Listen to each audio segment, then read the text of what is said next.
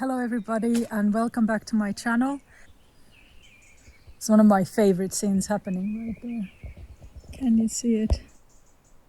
Today I would like to talk about two different common nettles found almost all over the world.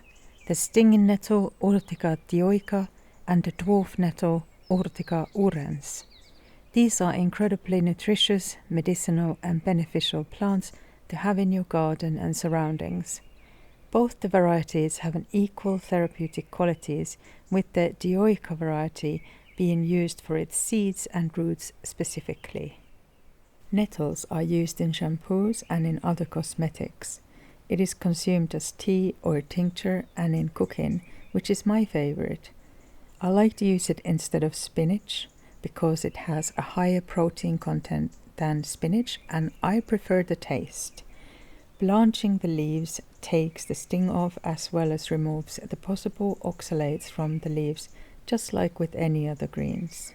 This particular nettle in my garden is the Urtica urens variety, which is smaller in size and has both male and female flowers on the same plant.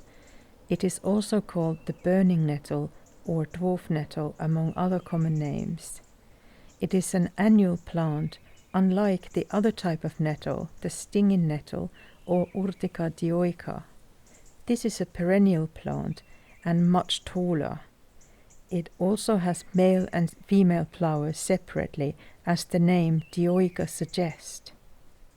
Nettle can help with anemia, arthritis, rheumatism, sciatica, optimizing hormonal health and with skin conditions like acne, eczema and psoriasis. The root of Urtica dioica has been used to treat difficulties with benign prostatic hyperplasia, which is enlarged prostate, which affects nearly all men as they get older. It is also a great ally when grown together with other plants, increasing the medicinal value of other plants and also fighting against pests as the stings are quite unpleasant.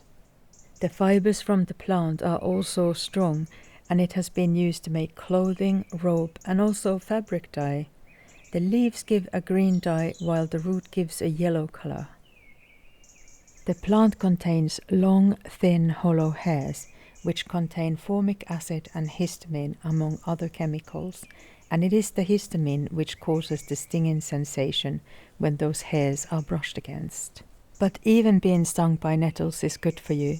It has been used topically on joints, causing a relief of arthritis only after 1 week of use, and historically it was even used against gangrene topically, as the rash caused by the stings would bring a fresh flow of blood to the affected area. To harvest the leaves for consumption, look for young green nettle shoots and take only the tenderest leaves. The plant will typically grow new shoots on the cut, and so you can harvest again in a few weeks' time. It is important to remember that nettle is not suitable for harvesting after it has gone to flower. As the plant is developing its flowers, it is also producing microscopic rods of calcium carbonate, which interfere with human kidney function. Never harvest absolutely everything. Always leave plenty behind for the plant to be able to sustain itself, and if you see any bugs on the plant, just leave it to them. As with any other medicine, it's good to be cautious, especially if you are taking medication for blood thinning or for your heart.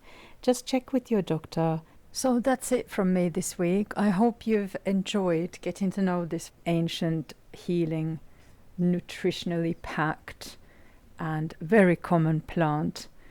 If you've got any questions, pop them in the comment section and I look forward to seeing you soon.